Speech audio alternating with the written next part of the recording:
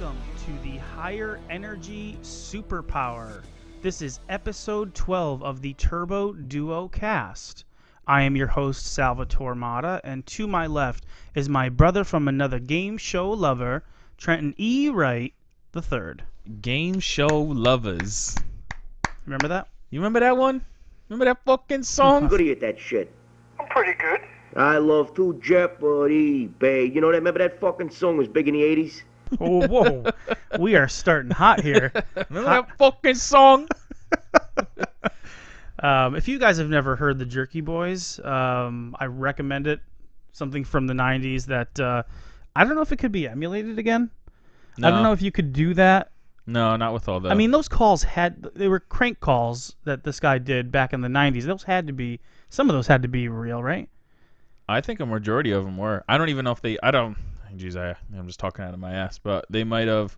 I don't know if they ever got like the clearances. I think they just put them out because I don't know what the rules are. Back then it was probably different. You could probably get away with it. Because now you have to be in like certain states to make calls like that, and then you have to get the consent from the person on the other line to put it out. It's weird. But yeah, I mean they're the best. Jerky Boys 1, 2, 3, 4 maybe. There's a time and place when you got to listen to that stuff. It was probably people 20 years earlier listening to like Richard Pryor records. Yeah. You know, just like the hilarity of it all and how outlandishly like live it was. Yeah, just a quick story. I got into the Jerky Boys because my dad had got a recorded tape from one of his friends. It was a white cassette, someone dubbed it for him on the cassette. Hood. Yeah.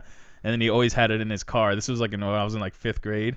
Nice. That was my introduction to the Jerky Boys. It was great. It was like speed dubbing or something. Like you could like record something really fast. Whoa. Sick. The woes for Trenton's microphone continue. Aren't you like the audio controller of the podcast? I know nothing about this stuff. All right, hopefully it's fine. Blooper reel. Anyways, yes, Jerky Boys is good. Time and place. So anyways, speaking of time and place, we've got a very special podcast for you guys today. It's action-packed. We have quite a few topics to get through. The main event for today is going to be... Welcome to the main event! A little video game called Final Fight. And we're going to talk about Final Fight. We're going to talk about the history of Final Fight. We're going to talk about its historical impact on gaming and why it's just so special, and then maybe get into a couple of short stories of our past about Final Fight and things maybe around Final Fight if we have them. If we have them. With that, let's get into our first segment, which is show notes. Oh, show notes from the last one? From last about Retro World Expo? A couple things. So RetroCon. Retro Game Con is going to be in our modern retro moment. Oh. But for now, we're going to discuss a couple of show notes. Is for anybody who's joined recently. The show notes are basically us. It's almost like Stat Boy from Pardon the Interruption, where any mistakes that we've made or any questions that we had that maybe just came up in conversation and we wanted to get clarification on, we like to come back on the next podcast and give you guys the answers to those questions in case you were wondering the same things that we were wondering. I got my show notes as well right here. Yeah, that was Sal's homework for the podcast. He wanted to have his sheet as well. He didn't last, though. The first show note is we had a question about a game that we were talking about called, well, I call it Astyanax. Oh, Astyanax. And you call it Astyanax. And we were saying, how do you pronounce this game? Oh, it's Astyanax. It's actually not. So it's neither one. You said Astyanax like with an ass at the front. Yeah. I said I'm an ass man. I said Astyanax. Or Astyanax or something, and the real way to say it is Astyanax. No, that's not true. It's sort of like defender of the crown, defender of the land. Astyanax. It's an old Greek word. Yeah, I'm still going with Astyanax. So you can go with all the asses that you want. 'Cause I'm an ass man. I'm an ass man. Let's do Sal's World Series Baseball 98 update. This is gonna be like a 2 year.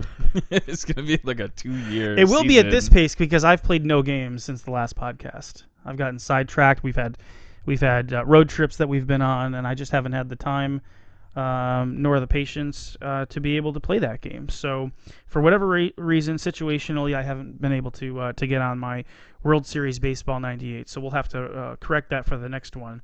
Mm-hmm. I did make a couple gaffes. We were talking about Mickey Tettleton and his moniker as Mickey Fruit Loops Tettleton, which is true. That is his nickname, and apparently because he loves Fruit Loops. His birth given nickname. Right. Yeah. And I was trying to say the interesting name that we found, and I said the name of the podcast, which I don't know why I said that. And then there was we were talking about Shinji Mikami's modern horror game. We couldn't remember what it was, and it's called The Evil Within. You ever heard of it? Oh, is that on PS3 or PS4? It might have come out on PS3. I know that it was one of those. No, The Evil. Yeah, no, that was PS4 actually. I know it came out on PS4. Oh, it has doesn't it have like the face on the front with like the bleeding on it or something like. It's like a guy coming out of it's like he's all white. I think I know what you're talking about. Yeah. But I think it was on 360 because I remember going to my buddy Derek's house and he was playing it there, and he Derek, and he didn't have a PS4 at the time, so maybe they re-released it. Yep. So let's get into our it's The Evil Within. They made a sequel, so Evil Within 2 is the other one. Oh, it is on PS4. Yeah. Yeah. See, that's the one. With the that's face. right. Yep, with the face. With the face. You'll have to show the people that so they can see what we're talking about. There's the other one with the white. So now let's get into our modern retro moment, also called our "It's Still Real to Me, Damn It" moment. It's still real to me, damn it! So Trent, we went to Retro Game Con 7 just a short couple weeks ago. Indeed, we did. We did a little bonus video for you guys just a little while ago, so you can check that out over on YouTube and all the podcast services extraordinaire. Any thoughts coming away from that now that it's been a couple of weeks, Trent? None. All right. Well, I have a couple thoughts. If you don't have a couple thoughts, I mean, what can be said that hasn't already been said? I know, right? we did a whole show about it. I mean, it was definitely great. Yeah, thanks to I don't know whoever runs their Facebook page, but they grouped us in with a whole bunch of people that did reviews on it, so that definitely helped us out. Got a few new followers, some views off of that. I'm actually looking forward to next year again, especially now that we know. They said they're gonna put like instructions for some of the games on the computers and everything. Right. I mean, that's why I want to go back as the computers. Because whatever that game you were playing, because when they commented Dark on Castle? it, he was like, "Oh yeah, you got to press like K and U and yeah." we're just like it's we were just like pressing left and right. Guess a digit. Guess a digit. Get a character to act. He's like just standing there with his sword, and you're just like tapping buttons. It's just like nothing's happening. It's like, all right, well, what you gonna there it do? is. You know. No, but it's just cool because I mean, you're not gonna sit there and play through Dark Castle at a friggin' convention. I kind of wanted to play Doom a little bit though. Dude, Doom was fun. Doom was fun. Yeah, well, on a Hewlett Packard. I mean, when are you gonna do that? You're not. A game convention. That's the thing is like all these old computers. It's we talk about consoles. We talk about how consoles are. When we talk about consoles, how I was talking. All right, so put it this way: I was talking to a guy who works at my office, and he was born in 1995. 1995. He has no idea what a Sega Genesis is, what a Dreamcast is. He doesn't know anything about the Super Nintendo. That doesn't even seem like real. So he's not a human. He knows from GameCube on. This kid now is 24 years old. Yeah, that doesn't even make sense. I mean, I'm just telling you. So my point is this. That'd be like us being like, I have no idea what the Atari is. Never heard of it. No clue what it is. It's the same. It's like the same gap in year where it come out 77, 78. That'd be like, yeah, I have no idea what is an Atari. Never heard of it. I wonder if people who are in their early 20s and below, if gaming to them is a little bit different than what gaming is to us, because even though we didn't grow up with the Atari VCS, the original, the 2600, that line of gaming is kind of what went forward there for the next 25 years. So, the Atari is something we could relate back to because of the fact that, there were games on cartridges, and there were games that you brought that you bought from a Kmart and you brought them home. Our uncles, our aunts were talking about Atari, so it was kind of I guess in our sphere. Maybe it wasn't in his. Maybe he's an only child and he didn't have anybody that he lived with, and he lived in a cave somewhere. Yeah, he lived in a fucking bubble. I don't know, but my point is that we talk about these consoles and how old they're getting, and a lot of people don't know what they are. I mean, some of the more obscure ones, and I hate to say Saturn is obscure, but Saturn is kind of a sort of an obscure console that was a main console, and we talk about that. Think about these computer systems. Think about when I think about like old PCs, all I think about is just it's a PC. I don't think that there's different monitors with different technology, with different computers, that have different innards and different, some of these got RGB screens, some of them have VGA screens, and some of them use black and white. All these different. Some got DVDA screens. You never know. Yeah, CGA. All these different technologies. DTF. And you got all these manufacturers doing things a little bit differently. It's just there's so many different platforms. You got those Atari computers from back in the day, and it's just to see those systems that they were almost like their own ecosystem with the monitor. Remember when you bought a computer back in the day, like way back, everything came together. It was like the monitor, the computer. Sometimes they were built into one another. You look at something like the Apple II. Well, yeah, it's all built Macs, in. Yeah, had the disk drive, the whole thing. So it's really cool to go there and check that out and get that experience, because there's no way, consoles are tough to gather in one place. Think about all these computer systems. Can you imagine having a room of different PCs? I mean, there had to be like at least maybe 100 computers. And you got. That's not a bad number just to throw out. You got to bring the towers, the monitors, the keyboards, the speakers. Right. Those things are fucking heavy too. Right. That's just like a job. That's like a whole day's worth of work just in itself. Yeah, it is. Especially getting them up. And you need people. Yeah. You need bodies. Yeah, they got to be able to put them all slap them all together too. You know.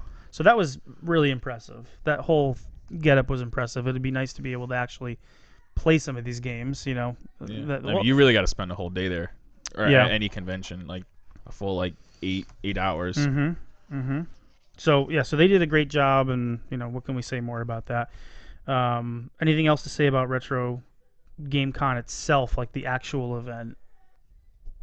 No. Okay. I think I covered it. So thoughts on Riddick Bowe Boxing? We played Riddick Bowe Boxing, everybody. Well, more like I played it for like an hour. Trenton played Riddick Bowe Boxing. I will not touch the controller. I don't know. An active utility. Yeah. For some reason, I wanted to keep playing. But you like it. I know you like it. Yeah. I mean, it's not terrible. Like, I was expecting it just to be like just completely unplayable. I'd do a few punches and be like, all right, well, we got it. But I mean, it's pretty decent. Your thumb was about to fall off. I know. I don't know what like the difficulty on it is. Just trying to knock someone down for the first time is rough. It's a side to side close up. It's like it looks it's similar to like Evander Holyfield boxing on the Genesis. And you have like a little map of the ring. Yeah. Showing you where on the ring you are, but then everything is sort of like a flat 2D plane. But yeah. One boxer here, one boxer there, and just kind of like you really have to get in a groove at it. In terms of like punching. You got to go like body, head, body, head, body, head, body, head. Like, see, my problem with a game like that is there's no. It didn't seem to me that there was a rhythm, a cadence, there was a tell, there was when you play Mike Tyson's Punch Out, there's like that's the whole point. There's a pattern. That's I mean, that's like a completely different style of boxing though. Because like each enemy has a tell. And boxing games are tough to put together. They're tough games to actually engineer where there's a satisfaction of that. I mean, I know some of the more modern ones like Fight Night have gotten a lot of good credit. I don't know much about that game, but people seem to love that during just that with generation. Most sports titles, I just kind of like the more arcadey style. I just of course. Of course. I don't like all the big details, but it's actually pretty decent. It's you kind of create your own character. It's some basic features, And then after each fight, you can you don't really go to the gym, but you select different things. You can power up a little bit, but it's not terrible, and that's the biggest surprise out of that game. It's the biggest surprise. I'll never play it, but it goes well with our Riddick Bow toaster that we have. So every family needs one. Listen, or two. it cooks stuff up twice as fast. It was a deal sweetener, is what it was. It was really good. It's a talking point. Yeah. And then the other game, the one that I spent the most time with after the show that we bought was, can you guess? Can you guess what game that I got that I spent the most time with? I got Utopia, Phantasy Star, Legendary Axe 2, So Phantasy Star. Steel Empire. Or have you played Steel Empire and not said anything? Because I don't think you've mentioned playing Steel Empire at all. I played a little bit of Steel Empire, everybody, and I gotta say that game lives up to all of the modern hype that it's getting from the corners of retro gaming. Steel Empire is the real deal. It is in the hunt, in the air. Yeah. And I always got to start with the parallax. This game's got crazy parallax. That's a nod to an old podcast. But yeah, the really good action, just the movement through the air. I love side-scrolling spaceship shooters and vertical spaceship shooters, and this game falls right in line with it. I like that you almost have like a health bar. You don't die right away the first time you get hit.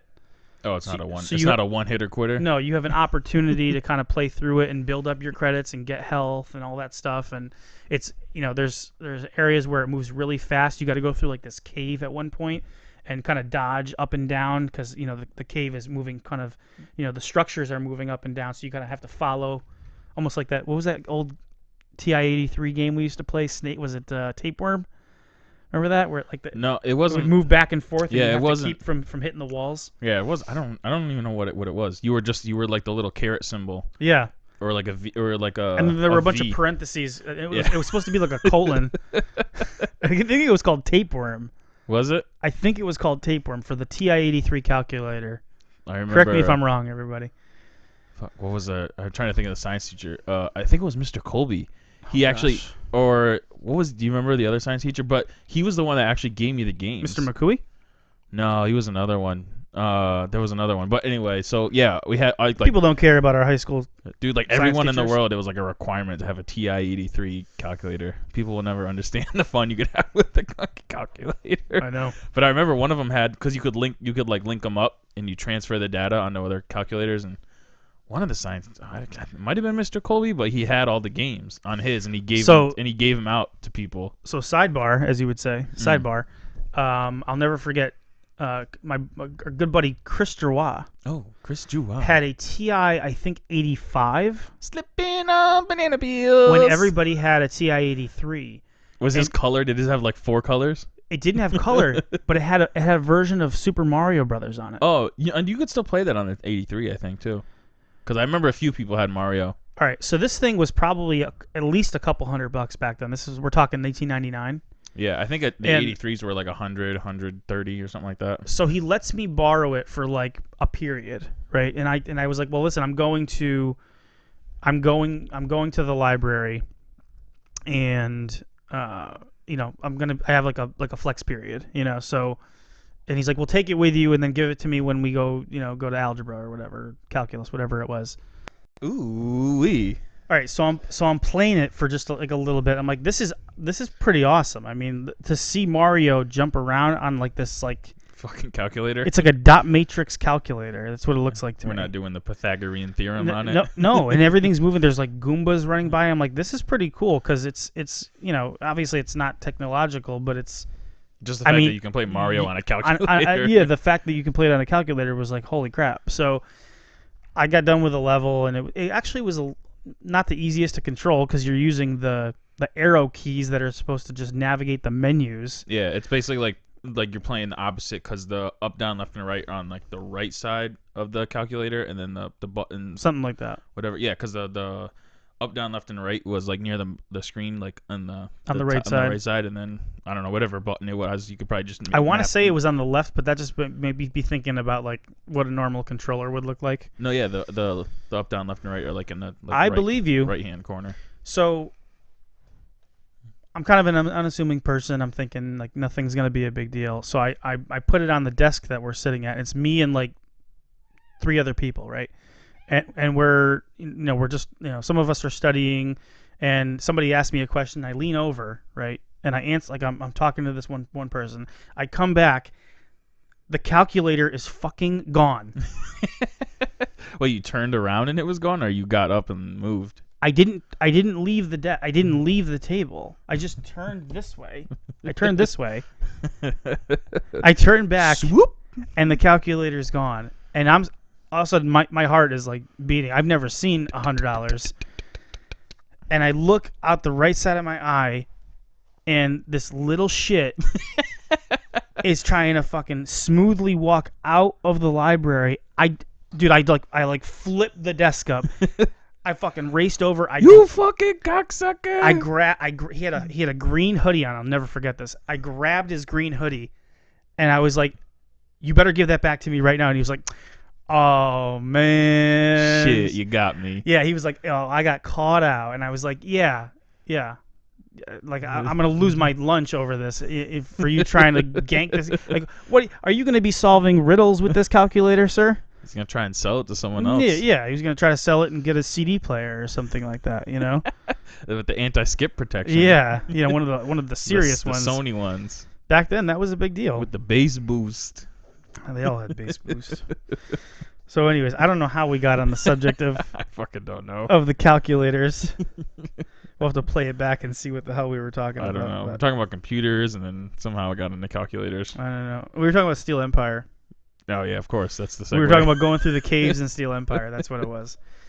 But but just that that steampunk look of the game, just the action, the moment to moment action, it just feels really good. The sound. There's something about the Genesis sound.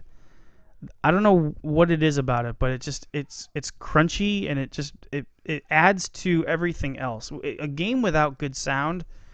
You should try this, guys. Play Streets of Rage 2. Play it with any of them. Play it with sound.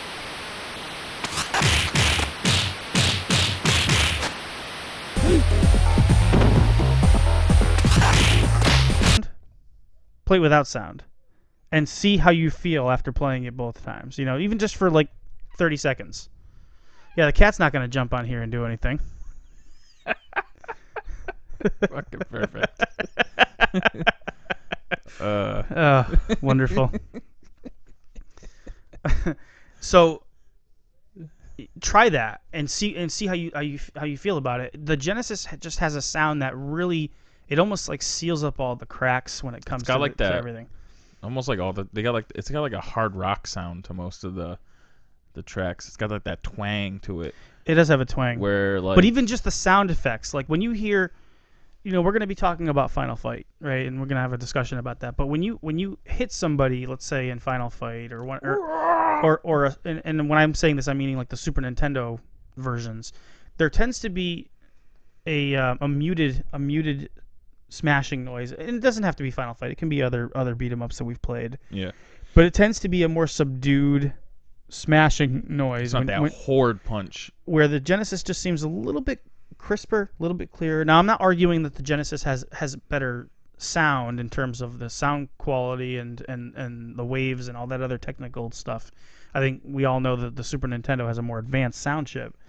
But in terms of just what, the sound, how it adds to the gameplay. So in Steel Empire, it just adds back to that, and it's just a fantastic game. It's one of those. The Genesis has a lot of games that are still kind of hidden that people don't know about that are great, and Steel Empire is one of the ones that now people know about that 5 years ago nobody really was talking about. Yeah. Look, I don't even know when I got that game. It might I've just had it for so long. I don't remember. Steel Empire? Yeah. You own it? Yeah, I told you I had it. Remember when you asked me about it? Oh, okay. Maybe I said I just had the cart, but I have no idea when I got it. it could have. I mean, it could go all the way back to like when we got that split, that our first huge purchase on eBay in like 2003. I think we have something to talk about that, but I might be wrong. But anyway, so that was a fantastic pick. I'm super excited about that game, and it's fantastic. So if you guys come across Steel Empire, please do not pass it up. I had somebody that I was talking to the other day say, every time you mention one of these games now, you're going to be lifting the value up. I'm like, yeah, we're doing that. Right? At this point in our podcast, we're doing that. But he's like, yeah, you're gonna skyrocket Pebble Beach golf links. Yeah, World Series '98 is gonna be $100 game in another year. World Series Baseball '98, baby. Playing a little bit of Phantasy Star 2. I fell asleep the other night with the Nomad literally sitting on my chest. In the middle of a battle. In the middle, basically in the middle of a battle. It was still my turn when I woke up. Yeah. Well, the way that game works, once you hit go, the battle kind of it seems to just kind of go. Maybe I'm doing something wrong, but it's not turn-based? It's turn-based, but it doesn't stop after each turn. The actions just kind of keep going. Oh, really? Unless you I've never played unless you have a character that does some kind of defense or magic, then I think after every round it stops. But if you've got every character attacking, they'll just keep attacking. Oh, okay. Once you select what they're going to do in the battle, that's what they're doing in the battle. So if they are doing magic, then they'll have a chance again, I think. But if they're attacking, and most of the time I just attack. Right. I'll usually heal before or after. Right.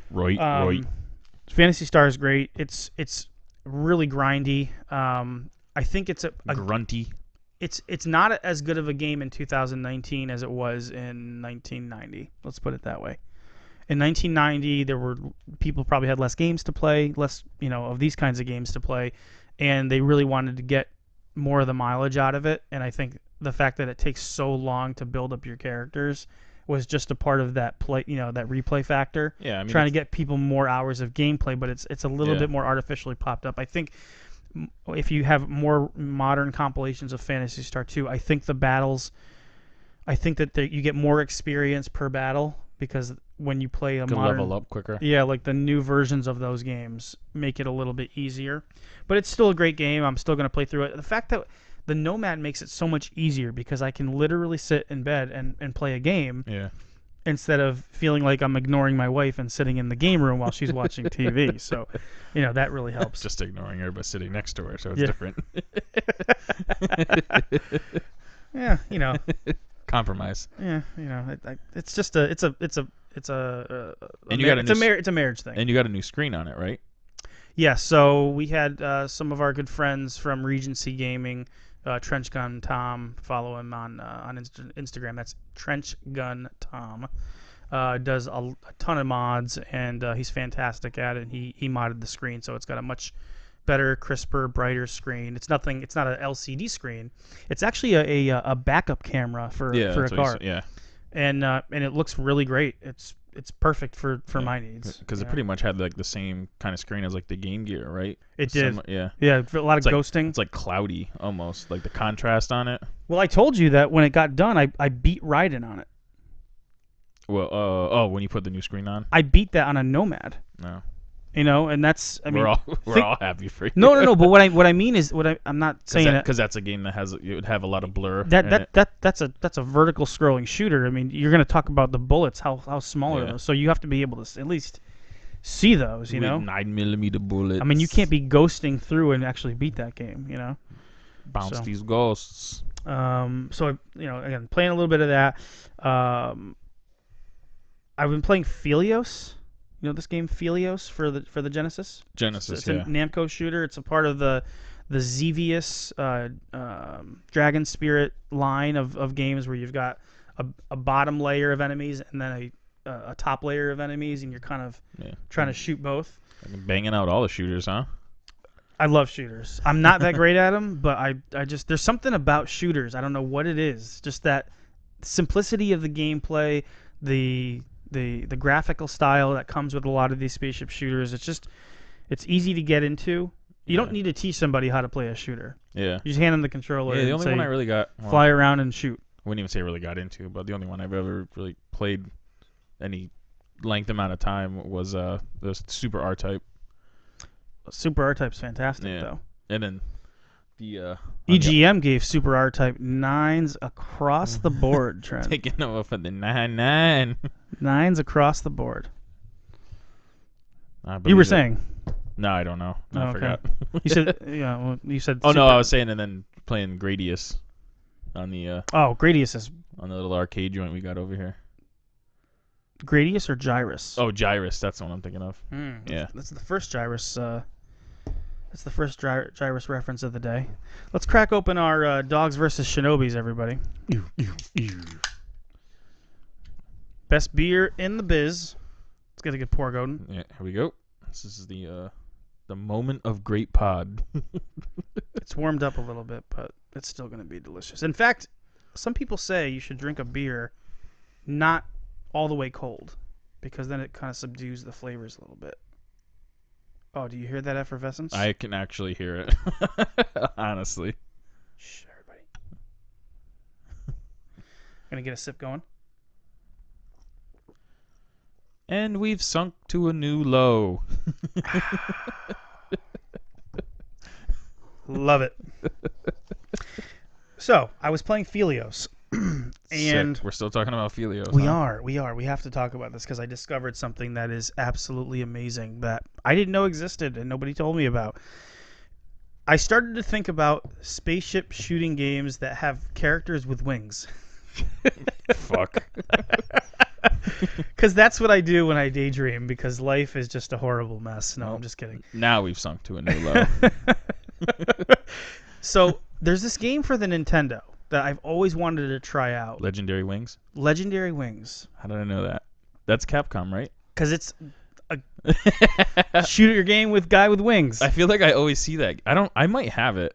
I always see it at Game Exchange. This is though. like, I want this game. And I'm like, I always see It's like, it. a new Nintendo game that I can shoot Yeah. for. I always see it and I'm like, do I have this? Is this any good? Like, I'm like, Okay. whatever. So, Legendary Wings, it's interesting because there's a vertical scrolling section, and then you go into these areas underground where it's side scrolling. So you have vertical and horizontal. Yeah, okay, yeah. Yep. It's a Capcom game. Yep. It's a Capcom shooter. It's sort of like a mashup. This is going to be great because I'm going to tell you 3 games that you might not even know of. It's sort of a mashup between Wings of War, which is another winged game, Wings of War, Xevious, and Forgotten Worlds. It's kind of like a combination of the 3. Oh, Forgotten Worlds on the Genesis. And yeah. Forgotten Worlds is a Capcom game, so I mean that kind of makes sense a little bit. So I was watching this game. I just kind of wanted to get a flavor of it because if I'm gonna want to buy a game, I just want to take a look at some gameplay footage first and see is this the kind of game that I would want to buy. I don't think it's a very expensive game. No, I think it's either like $10 or less than $10. I think it's all the way worth it. But I want to show you something that I thought was really peculiar, and we can show along with everybody at Very home. peculiar. But let's just take a look at one of the bosses of Legendary Wings, and I want to get your take on what you think this might be. It's a dick. Before I even see it. Let's take a look here and see what we can come up with.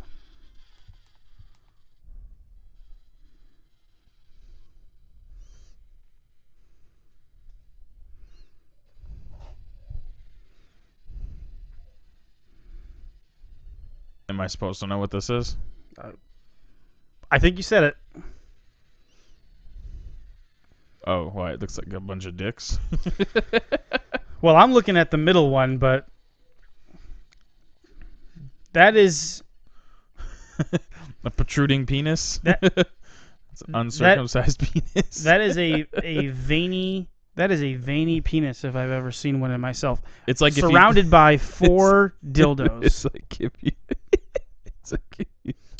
It's like if you took the cover of Little Mermaid and turned it sideways. That's what it would look like. Is that something or what? Doesn't it now? Yes, it does. It's like the castle turned sideways with all the penises coming out. Yeah, the protruding penis. But even the boss, it's got like a flagellum tongue that spits out all the little sperms come out of its mouth. I mean, come on, is that not? Is that something or what? And this isn't in the arcade version. This is solely in the NES version. Oh, Legendary Wings was an arcade game? It was an arcade game, but it's regarded that the NES game plays better, which doesn't surprise me. It's irregarded. I could not believe that when I saw it. I was like, how did they get away with it? I mean, come on. Is that not... Am I off base? Well, I mean, I already went into this thinking it was going to be a dick, so Right. I already had dick on my mind. You would. But I wasn't expecting... I didn't know what to expect. I'm just watching the game and just seeing what's coming up. And then...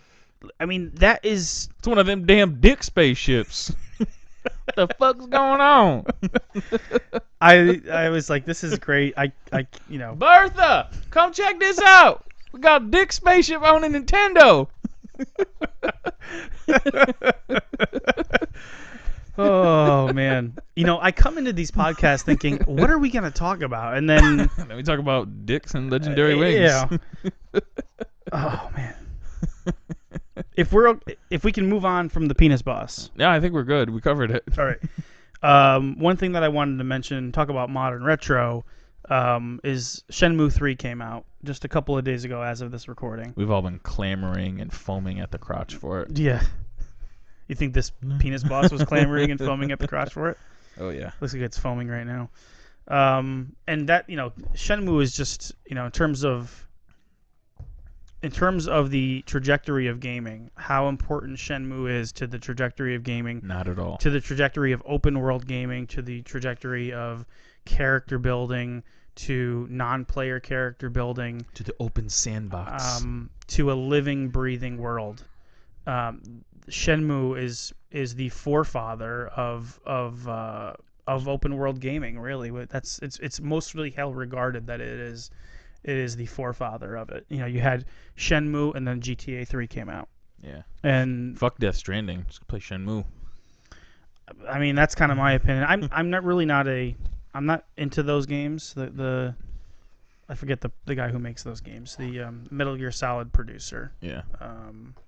But Whatever. Yeah, I mean, I played Metal Gear Solid 1 and 2. Is it like Iwa Kojima or whatever? Oh yeah, Kojima. Yeah. Kojima-san. Good job there.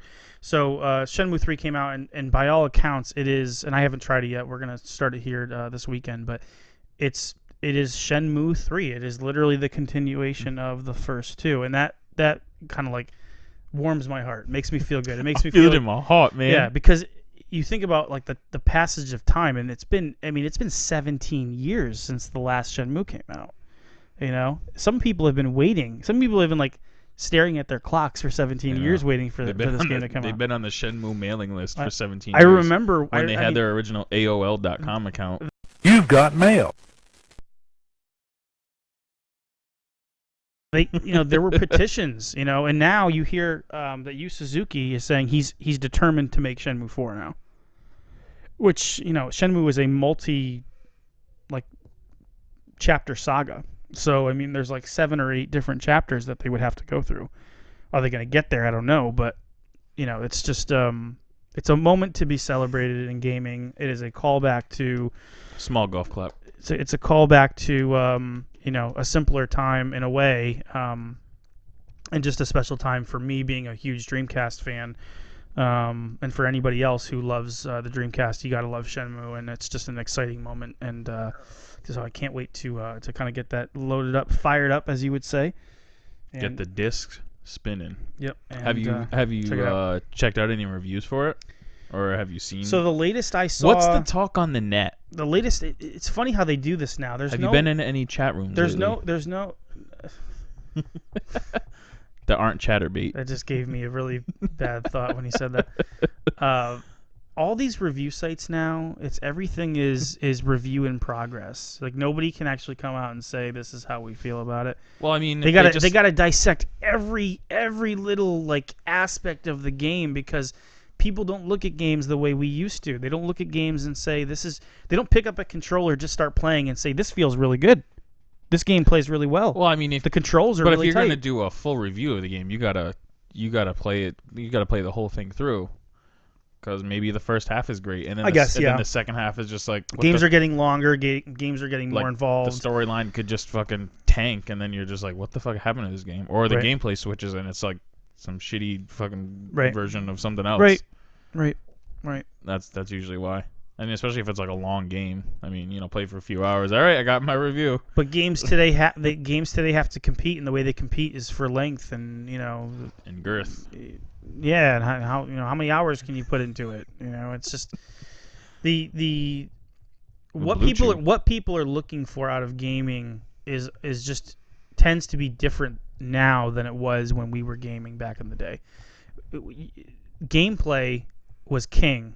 I mean, I think it still is, but it was about the gameplay. It wasn't about the amount of hours you could put into the game, because you'd put in the hours just by replayability. When we played WCW NWO Revenge, were you looking at it saying how long can a match last? It was how good is the gameplay, because that's going to dictate how much time we spend with this game over the next months, years, whatever it is. That's what gave the replayability. It wasn't just extending the gameplay by making the game longer for whatever reason. Yeah. So I just feel like priorities in gaming have shifted a little bit, and that's just part of the passage of time. But that's why we always have retro gaming to fall back on. We can always God bless it. we can always go back to the past and enjoy these games, which is part of what we do here. So we're going to be starting a new segment here for at least the next few podcasts. I got an idea from a retired podcast that was around a few years ago called Retro Blast. In fact, it was the inlet to me kind of learning about some of the YouTubers that I follow still to today. It was called Retro Blast. It was by a guy named Anthony Norsha out of Sacramento, California, and he chronicled his gaming life chronologically from 1989 all the way through 1991. Damn, just 2 years, huh? Well, he was intending on doing more, but he stopped. He lost steam, and he got pulled in another direction. He does VR.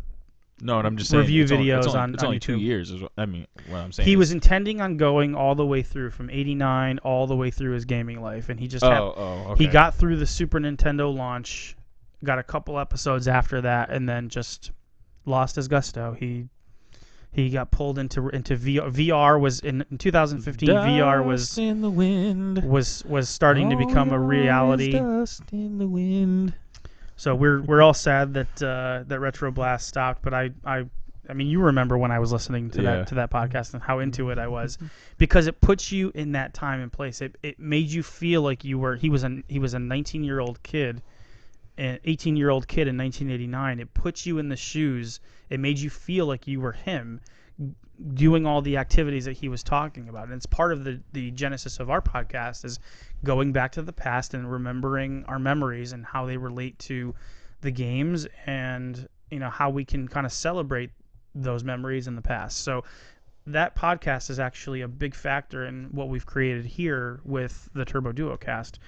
But one of the things that he had talked about on one of the later podcasts was talking about the Super Nintendo, which was his favorite console, and the launch games on that console, and how they stacked up against every other retro gaming system that had come out, and where it kind of stacked up in between. So we got the idea here to have a 12-team elimination tournament, NCAA style, of the launch games for each system, and which system had the very best launch of all time. Get those brackets ready, you busted bitches.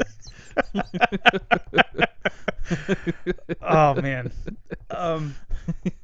So basically, this is how it's going to go, everybody. There's going to be an upset.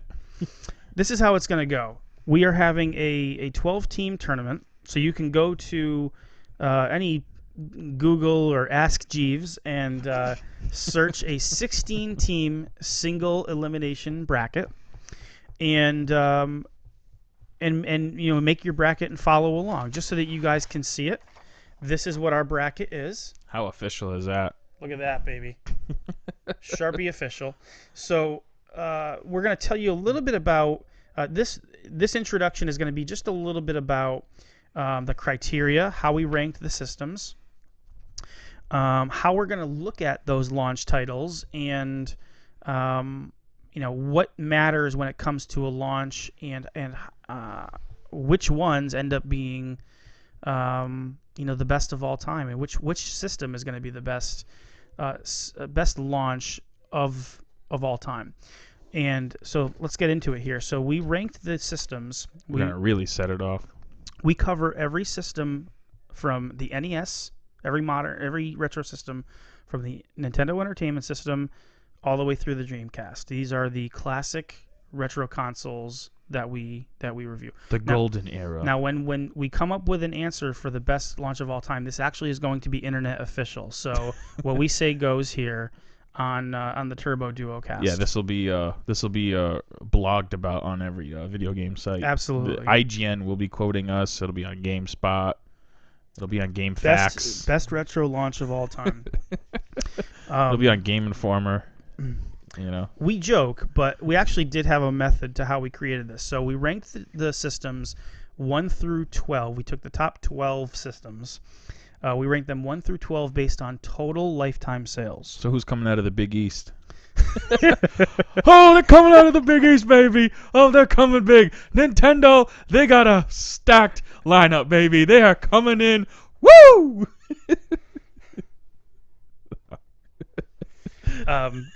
So the can you You want brackets? We got brackets. So I'll ask you, Trent. Who do you think ended up as number 1? Oh, who's coming in as the number 1 seed? Yeah, who's the number 1 seed? Who's the number 1 stunner? What? The number 1 stunner? I feel like you showed me, but I already forgot. Okay, so what's number 1? So, the number 1 seed coming in as a launch. The most console sales of a retro console. Oh, that's what we're basing it off of, the first one. NES and Dreamcast. Oh, you're just giving me 2? Total lifetime sales. Well, obviously. No, between the NES and Oh, I thought you and the meant Dreamcast. literally. So 1985 to 1999. I would say the PlayStation 1. PlayStation 1 is the number 1 seed. Yes, he's in there. You know what the number 12 seed is? Oh, geez, number 12? Yes. No, that's hard. That could be fucking anything. Since there's 12. Oh, shit. So there's the fucking Jaguar. Motherfucking Jaguar is number 12. So the Apple Pippin didn't make the cut. Ah, these are the top 12 systems that we have here. So the VTech V-Smile's not in. Nope. No, there were some unfortunate. Yeah, there were some consoles that didn't make the cut. These are the top 12. So number 1 is PlayStation. The number 1 selling system of the retro consoles is PlayStation. Number 2 is NES. Number 3 is Super NES. Number 4 was tough because the figures aren't perfect, and these two systems were really close. It was between the Genesis and the Nintendo 64, and the figures are a little weird because you have Tectoy down in Brazil that's been selling the system and was selling it down there on its own. The figures that I found were everything but Brazil, but the Genesis was fairly popular in Brazil. I guess and then you have the Majesco Genesis 3 that wasn't factored in either. So when you tally those up, Genesis, if you count those, the Genesis beats it by about 1 million from the figures I saw. So either way, it doesn't matter because it's the Genesis and the Nintendo 64. They're 4 and 5. And so whether they were flipped, they were still going to be in the same bracket. And then number 6 is the Master System. Number 7 is the Sega Saturn. All hail the Sega Saturn. Number 8 is the Dreamcast. Number 9 is the TurboGrafx. Ooh. Number 10. Want to get a guess at number 10? It is the Atari 7800. Of course. Number 11. You want to take a guess at number 11?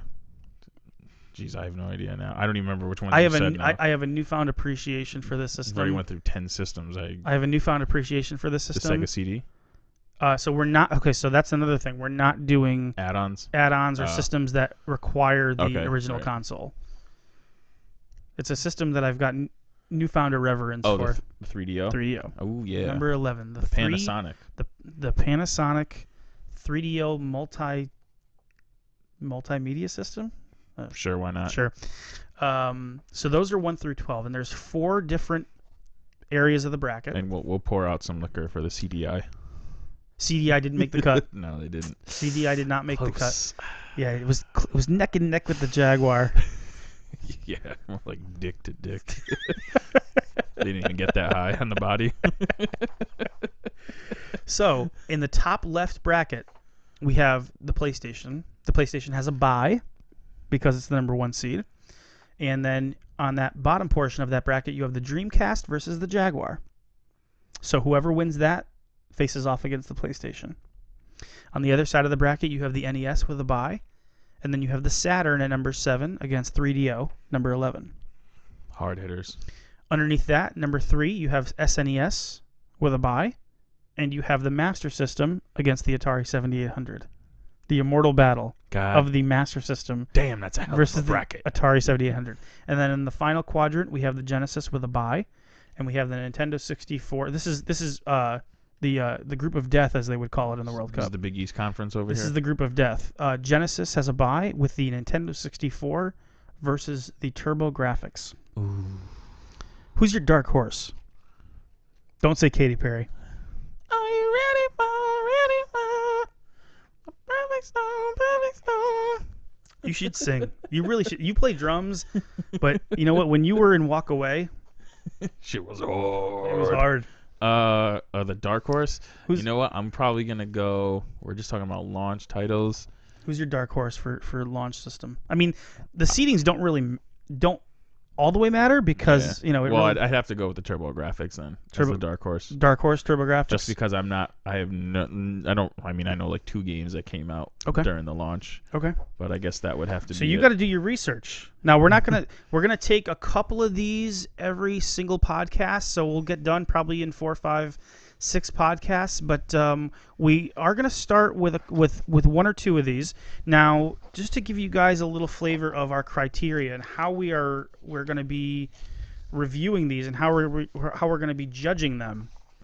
We've got 3 areas of evaluation criteria. Criteria number 1, the most important criteria: quality of the games. Quality is the most important thing. How do the games play? Are they fun to play? That's the Nintendo 64, baby. Quality over quantity. Howard Lincoln. Number 2, the contributions of those launch games to gaming's future. Ooh, the influence. Number 2. That's big, baby. That's big. Number 3, the reverence of those launch games amongst that console's whole library. Fuck yeah, whatever, baby. Reverence. We got reverence. Quality of the games, contribution to gaming's future, Contribution. gaming's future, and then those games reverence. So when I don't say know. We just got a lot of stuff. I wasn't sure what it's happened. not all on Blake. It's not on Blake. It's on all of us. I don't know. Reverence.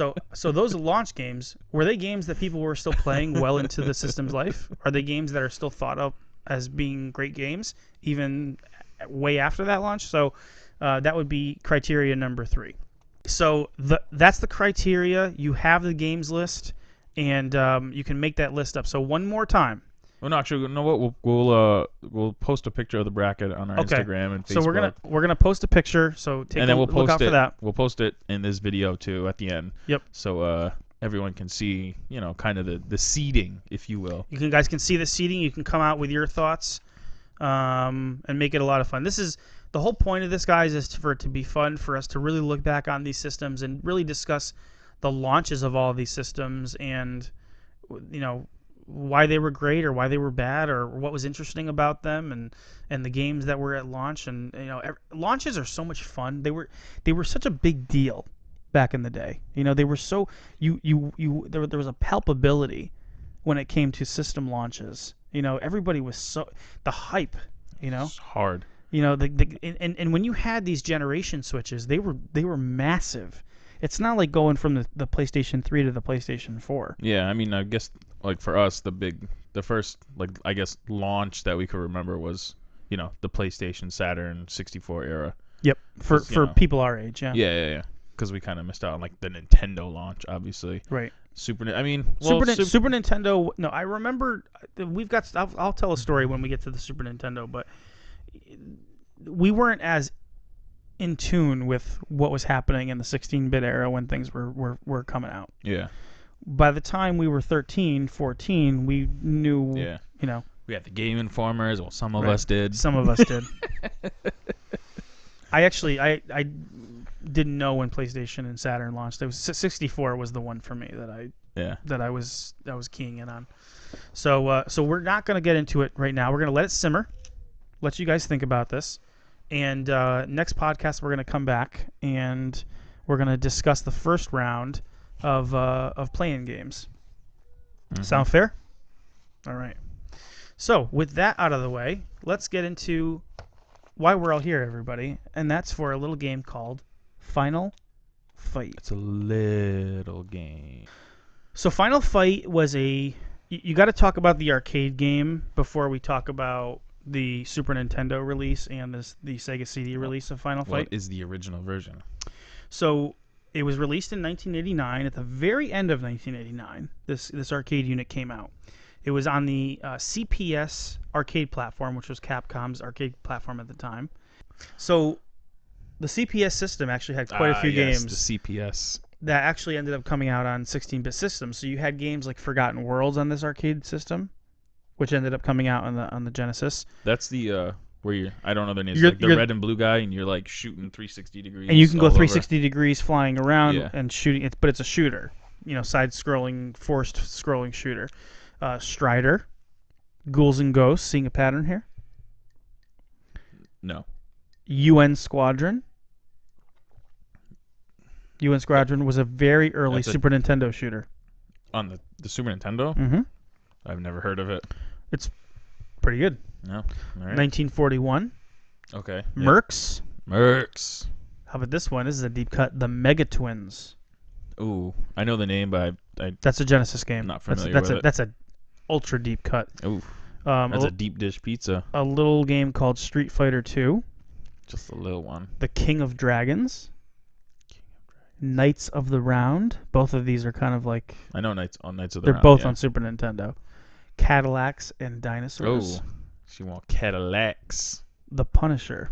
The elusive The Punisher. Punisher. You know what I think of when I think of the Punisher?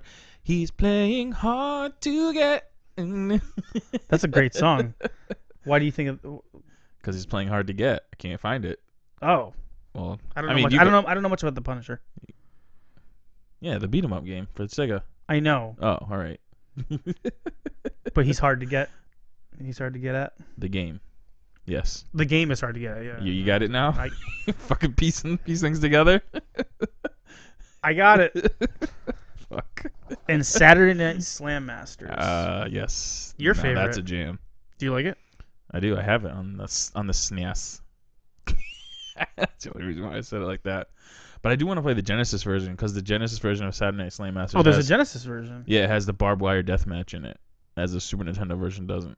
Of course. It has like the electrified barbed wire match in it or something like that. Does it play well? I mean, I'm sure. And you know what? It probably plays better. I think the Super Nintendo version is 4-player and the Genesis one isn't for some reason. But yeah, I've never played the Genesis version. I'm sure it probably plays better because that's how it seems to go when you have games like that. It looks pretty much the same. You know, it's probably like Street Fighter. I'll refrain from going on a sidebar here, but that's some of it to me is the Super Nintendo controller versus the Genesis controller. Oh, you mean if you have a 3 or a 6 button, then it kind of hinders the game. If you got to play with a 3 button. No, I mean the Super Nintendo controller is very squishy to me.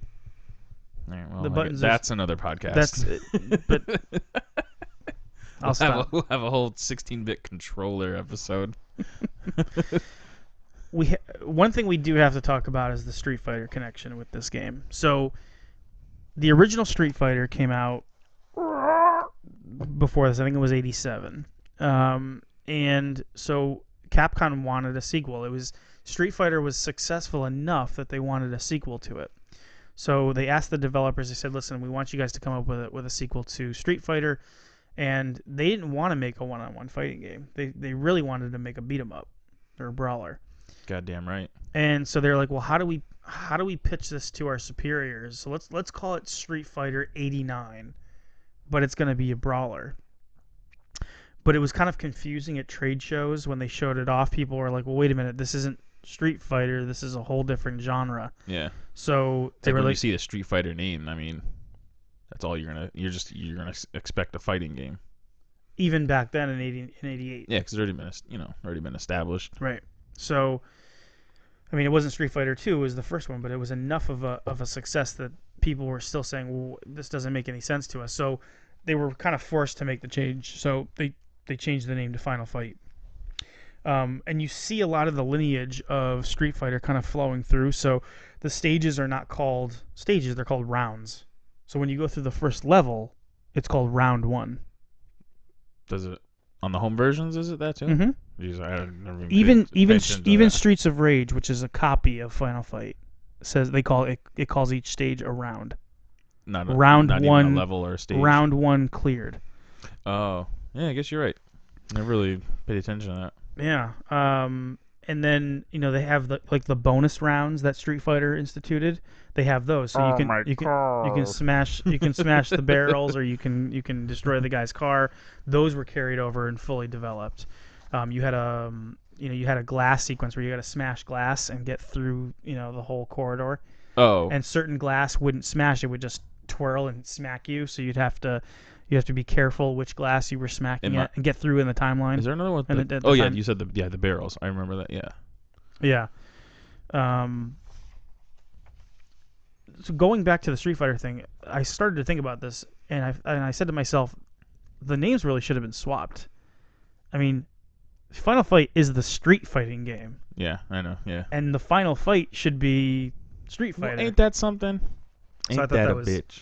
I thought that was funny because it's literally in the a streets. street. All right? Don't let the smooth taste fool you. I'm from the streets. Oh yeah? Well, I still live in the street and will occasionally find myself waking up in the street. That's right. That's right. It's a street fighting game. Yeah. And I think the confusion, if you ever look at old magazines like from the early 90s, you see this all the time where reviewers or commentators are conflating one-on-one fighting games and beat 'em ups in the same kind of genre. They call them all like fighting games, or they kind of compare games to one another too. They'll compare a Street Fighter to a Final Fight. I guess I didn't pay attention enough. They call them fighters. Like is this fighting game better than Street Fighter? Well, tune in to find out. It's like these are completely different genres. I'm trying to figure out why is it that these early magazines were kind of mixing together the Double Dragon track with Street Fighter. So yeah, I don't understand how you could, because like a fighting game. Because they're punching and kicking games. Yeah, but in Double Dragon it was literally just punching and kicking, and maybe you had one kind of. There were special moves. Like a special move was like the 360 spin as kick you or as something. you developed your experience, but not like a fighting game, No, one-on-one fighting game. You're on a single plane. Yeah. And there's literally specific rounds with that enemy. It's like best of the best. Yeah. Not to be confused with the best of the best game for the Super Nintendo. I'm talking about the movie. Yeah. But they utilized what they learned. Then okay, now we're gonna go back. Utilizing what they learned in Final Fight, making that game, they actually used what they did there to create Street Fighter 2. So the moment-to-moment action, the way the characters move, the mechanics, they used what they learned in Final Fight to create the characters and the gameplay in Street Fighter 2. I mean, yeah, that makes sense. I mean, that blew my mind when I learned that was the case. That this working on this game is what created Street Fighter 2. We think of Street Fighter 2 as the Godfather, but in fact, Final Fight. This is the real father. It's like whenever you look at like a genetic tree of like species, you would have like Street Fighter, and then you'd have Final Fight, and then from Final Fight you'd get this like split from like Street Fighter 2 and then other brawlers. Final Fight is the one that penetrated, is what we're saying. Final Fight is kind of like. Yeah, it's like the start of these two genres in a way. Although it had influences coming from before, it itself is sort of the Godfather. Does Street Fighter 2 happen without Final Fight? I don't know. Which came first? Yeah. Final Fight came No, I first. know. But I'm saying, does Street Fighter 2 end up the way Street Fighter 2 ended up if Final Fight is cut out of the picture? Oh, right, yeah. You know what I mean? Yeah. I guess you can't really say. Now, Fatal Fury. You remember Fatal Fury Yes. from SNK? That Of arrived. course. That arrived in the arcades just a couple of months before Street Fighter 2. And it was created by the guy who created the original Street Fighter. Oh, so he broke off and He went- broke off and went to SNK and made Fatal Fury, which So he basically went to Death Row Records.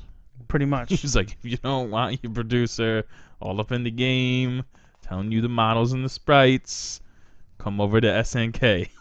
do what you want. See, I didn't know that. Yeah, so I mean, So technically, maybe Fatal Fury would have been the one that people would have kind of like that. Maybe we'd be playing Fatal Fury, 17 right now. if Capcom would have made it, yeah. You know what I mean? Maybe that would have been the big game. I still 'Cause- don't think it would have been because SNK was still relegated to this like really niche console that. No, that's what I'm saying. If Yeah. Capcom made it, and it was like, I mean, it came out on the Super Nintendo, but Well, SNK made it. yeah. No, I know. I'm saying if Capcom would have made, Fatal Fury Fury. instead. yeah, and it was like their game for the Super Nintendo. Maybe Fatal Fury. Maybe that's what we would be playing now. Maybe that's what would hold like that historical irreverence would have been Fatal Fury. Who knows? I don't But know. it came just out. the characters in Street Fighter are so They're like, iconic. Yeah. They're iconic. Yeah. So it was developed by Capcom, produced by Capcom. The producer's name is Yoshiki Okamoto. He designed Gyrus. Oh shit! He started at Konami. What the fuck? Full circle. So get this. This is perfect. So he goes to Konami, right? He starts out at Konami, and they're like, "Hey, listen, what we want you to do is what we brought you over here to do. We want you to make a driving game." So what does he do? He makes Gyrus and Time Pilot, Jesus Christ! and he got fired because of it. Damn. You make some hot games. He got terminated after making Time Pilot and Gyrus. So I don't know if you know Time Pilot, but it's sort of like an asteroids meets a spaceship shooter. Yeah, Sort of. but Gyrus that's a tight game. Gyrus is awesome. It's classic and it's still fun to play. But he got terminated because he was supposed to make a driving game, and he's like, you want me to make a driving game? Okay, I'm gonna make Time Pilot and Gyrus. Yeah, it's it's like what is it in like the goods? No one tells me what to play. With Craig Robinson. Yeah. Why don't you play some like good music? You got it, buddy. And he just puts on like the most depressing track. Yeah. He's He, like, he just doesn't like to be told. oh, you want a driving game? Okay, here's a wrestling game. Yeah. So with Capcom, he made 1942. He made Sidearms. He made Gunsmoke. Ooh, that was one of like the first games I remember. Now, playing here's on a did you Nintendo. know? Did you know that Gunsmoke was the spiritual predecessor of Red Dead Revolver? Why did people work on that? That worked on Red Dead Revolver? Red Dead Revolver was the spiritual successor to Gunsmoke. That was supposed to be the PlayStation 2 version of Gunsmoke. And That's Red Dead That's Revolver, like as we 12 talked about, It's like 15 years later. yeah, it started at Capcom, and then remember, Rockstar North ended up buying it. Oh, right. And Angel Studios, which was originally with Capcom, they kind of broke off, and were still developing it for Rockstar. And then it got made, and then that led to Red Dead Redemption, and now Red Dead Redemption 2. So think about that. Red Dead Revolver 2, which just came out last year, or this year, its roots, its bare roots are Gunsmoke. 6 degrees of separation of Gunsmoke. I mean, it's something, though, right? Yeah. He made Forgotten Worlds, and he developed, Final Fight and Street Fighter. The designer of the game was Akira Yasuda, who he worked on Red Dead Revolver as well. Yeah. Putting them all together, huh? He designed Captain Commando. Remember Captain Commando arcade game? Beat 'em up. Yeah. I have Sonic Blast Man, which is kind of like it's like in that trilogy of games. The Punisher. He designed the Punisher, and he did all the Marvel Versus games, starting with X-Men, Children of the Atom, all the way through. He also did Power Stone and even Street Fighter V. Ooh. So Power Stone. we're talking about credibility here. I mean, again, talk about guys that don't get enough credit. Now we were talking about Double Dragon, and we were saying how Double Dragon is sort of like the beginning Renegade Double Dragon, but sometimes games come along and completely shatter what you kind of had as your thought about what a genre was. A game comes by and just completely destroys your thought of that and remakes the mold. And I'm talking about Final Fight when I say that, but Street Fighter, Resident Evil, Grand Theft Auto 3, Super Mario Brothers, Mario 64, Virtua Fighter, games that took a genre and completely remolded it into something that was much bigger, much better. Final Fight, in my opinion, changed the game. The 16-bit platform allowed an expansion of the animation, the graphics, the sound in these games to create a more realized ambition of what that world could be than what a previous generation could be. When you think about Double Dragon on the NES or the Master System and you compare that to Final Fight, it's night and day. Oh, yeah, of course. And the 16-bit platforms, including this arcade system, allowed for the animation and the move sets and everything that you could do in the game to be more realized and be more fun, and just more realistic. Final Fight also affected everything that came after it, So when I say that it shattered the past, you couldn't go back and play Double Dragon, at least back then. You'd be like, I want to play Final Fight. Now today we go back and we can play all these old games, but it set a new precedent, and everything that came after that game couldn't be like Double Dragon 2. Even though Double Dragon 2 was one of the main inspirations for this game, you couldn't make Double Dragon 2 again and have that be a huge hit. So when you come away from that, you get games like Burning Fight I think that was on the Neo Geo. You get Street Fighter, right? All of these Streets of Rage, excuse me. All these beat 'em ups that came out after that, they took the mold of Final Fight. Almost every one of these games has a guy with a white T-shirt and jeans, like Cody. Yeah. All these characters that are like the main characters of the games. They have to have that like prototypical character. And what's funny about that is that Turtles the arcade game came out earlier in the year. So it's kind of like a weird question between those two games. Like what is more influential? Is it Turtles the arcade game or Final Fight? Now I would argue that Final Fight was more influential because you saw more games going in that direction. You didn't have as many games going in the animation sort of, comical, not taking it too serious route. You have like Stone Protectors. Yeah. Right. That was basic. Well, which kind of that's because the show was pretty much, it was a ripoff of Teenage Mutant Ninja Turtles. Pretty much. Yeah. But when you think about beat 'em ups, and of course it was I was trying to think like Bucky O'Hare. They had the beat 'em oh up, right, but Konami made that too, so that was kind of like the same style. Right. But then you had like Rival Turf on the Super Nintendo, which was like there you Final go. Fight. Yep. And that whole trilogy of games. All those Super Nintendo brawlers, they kind of all follow that Final Fight mold. So, in my opinion, Final Fight kind of wins out on that. I mean, you did have, TMNT 4, Turtles in Time, which is incredible, but I don't really know that we had too many other games that followed that track as much. It's an interesting conversation to have, but in my opinion, the Final Fight is sort of the early pinnacle of that genre, and then everything came after that. Yeah, I was just trying to think of the other beat 'em ups. Sonic Blast Man. Yeah, that was still more like. But even like Fight. the Punisher, Combat Tribes, still kind of that like Street Thugs and kind of right. Like, even though, I mean, it didn't look like it, but the feeling of the game was still kind of the same. Two Crude Dudes.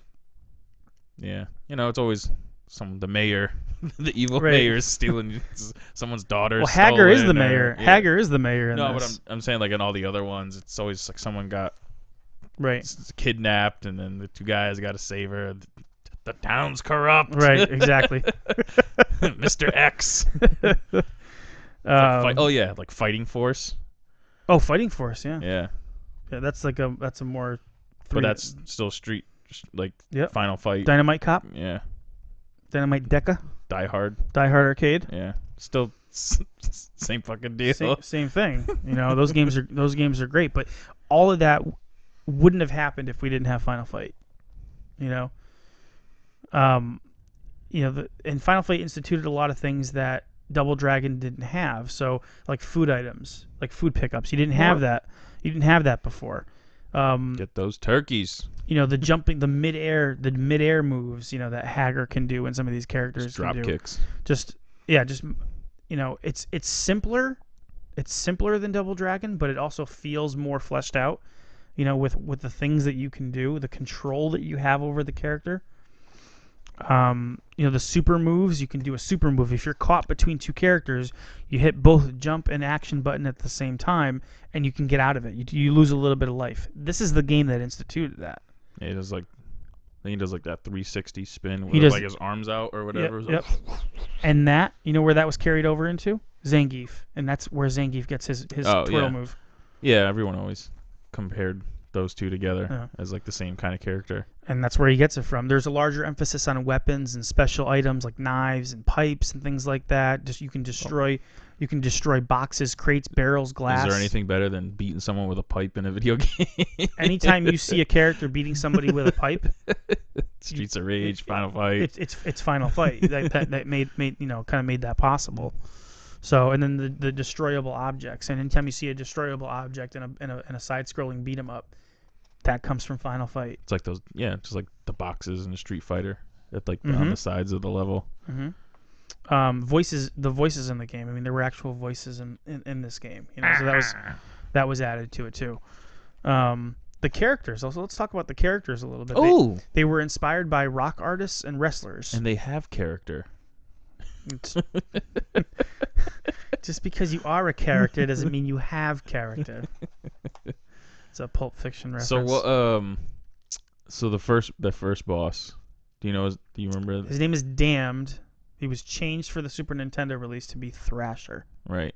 So I guess that would kind of be. He's kind of like inspired, I would say, from like Blanca, like his like I don't know. That's what I think. Is that what you think of? I think of when I. Well, maybe he inspired.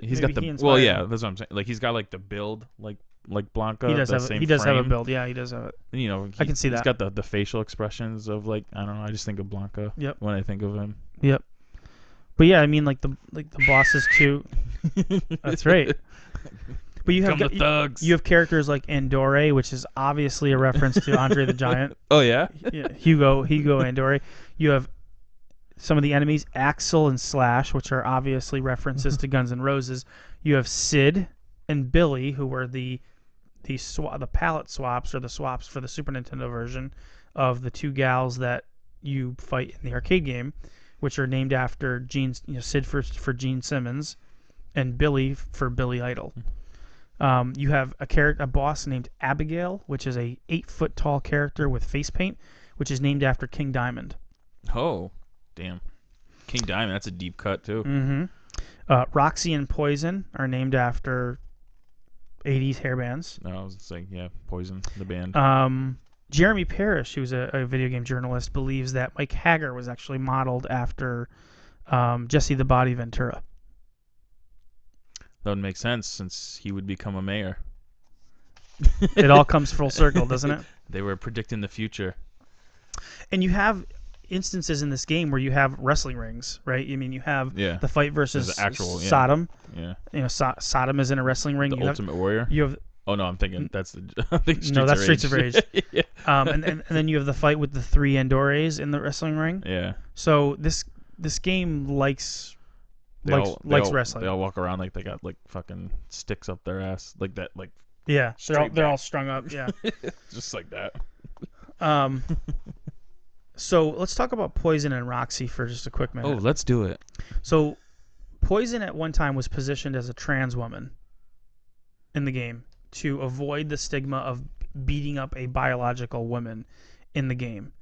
Now, what I don't understand is if a woman is attacking you, literally fucking You beating. you want to go down? You want to die on that hill? No, I'm just saying, like, this is an arcade game. This person is in a gang and they're beating you up. And they're 8 foot tall. You're fucking defending yourself. They're beating you up with guys throwing dynamite at you. You know, I don't know why that had to be something like, oh, you're gonna hit a girl. This person is coming at you with a fucking knife. What are you saying then? You're saying that people were What I'm saying is that upset, or Capcom why? was worried about backlash with this game because there were women that were being hit. But you have to context is king, right? Yes, Eric. So these are I don't care if it's a woman or a man. These are individuals that are attacking you, that are looking to destroy you. And so, are you gonna just sit there and take it? I don't understand. Like, I don't get that. That doesn't make any sense to me. You know. Well, that literally never crossed my mind. No, ever. it's just a character in the game that you're beating up, right? Yeah. I mean, think of all the fighting games. Street Fighter. Street Fighter. There you go. Chun-Li taking on Zangief. I mean, Chun-Li doesn't have to enter the tournament. I mean, she's a very capable woman. She's got the strongest legs in the tournament. She don't have to enter the tournament. No one's telling her to sign up. But she's pretty damn good. A lot of people do really well with Chun-Li, you know? Oh my god. I don't get that whole thing. But anyways, What was that, like an issue? Or you was just saying Capcom was yeah, it was. Could have been worried about it. Yeah, they even list them as And then no one gave a fuck. They even list them Poison as they list her as a halfling or a new half, which means that she has both body parts. Halfling? Or new half, excuse me, new half. My estimation after doing all this research is that they are actually both women, but Capcom was just trying to justify, you know, to themselves hitting women, but it's not really. Again, it's not. If these individuals are in the game and they're attacking you, you're gonna defend yourself. And Andori is a male or is it a woman? Andori? Yeah. He's a He's a guy. Oh, because isn't there or maybe it's the one where he's got like the pink. He's got like the pink pants and like tank top on. It does. Don't you think it could be like just like overgrown woman? Could be. Yeah. It's 2019. The way we look at things from the past could be totally warped. One of the producers of Street Fighter 4, Yoshinori Ono, said that he doesn't have a stance, and he said he felt like it's a fucking game. He said it's up to the viewer to decide. You know, he said his intent was to please all the fans, and that the mystery behind her gender was the core of the character. So yeah, that's what I'm thinking of Andori, the pink leopard outfit. Yeah, I don't know. And just kind of like if you kind of look at it kind of looks like Madame Trenchbull from Matilda. Like it could be a woman. I think of like, do you remember? You probably weren't following the Fabulous Moolah. No, you probably weren't following the WF at that time, but you remember Nicole Bass? Like I yeah. think of her like when I see like Andori. Oh, okay. Just this is like the pink version. It reminds me of Nicole Bass, just like a roided up chick. Well, maybe he's gay. Maybe he's a gay dude. Just beating the fuck out of people. That's awesome. What's cool about the arcade unit, being a heterosexual male, when you beat up What is this prefacing? when you beat up Poison and Roxy, and they smack back, you can see the underboob. Like that was a thing like that they put in there. Gee, I didn't even know that. Yeah. Side boob.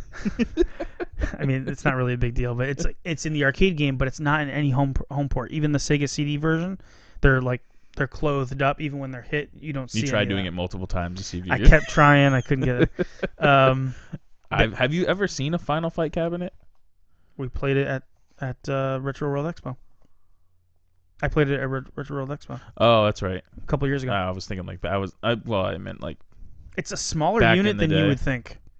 It's a really like the Pause. screen. The screen is like smaller than you would think. Poison and Roxy were outright changed for the Super Nintendo to Sid and Billy. that's good stuff. Some of the other changes in the SNES version is Or limitations. the bonus round. Instead of saying "Oh my God," he says "Oh my car." In the arcade Sega CD versions, he says "Oh my God." I like "Oh My Car" better. Oh, I like it. It's like bull stuff. It's like Yeah. Oh, it's bull stuff, Craig. Well, you know. Oh my God. Damned was changed to Thrasher, which actually did carry over to the Sega CD version, and then Sodom is Katana, which same in the Sega CD version. Um, the only issue with the with the Super Nintendo version is it's one player. That's a fucking. Well, I mean, I always I remember playing it back then. I'm just like, why the fuck is this game only one player? Like, Is that really what you thought back then? I did.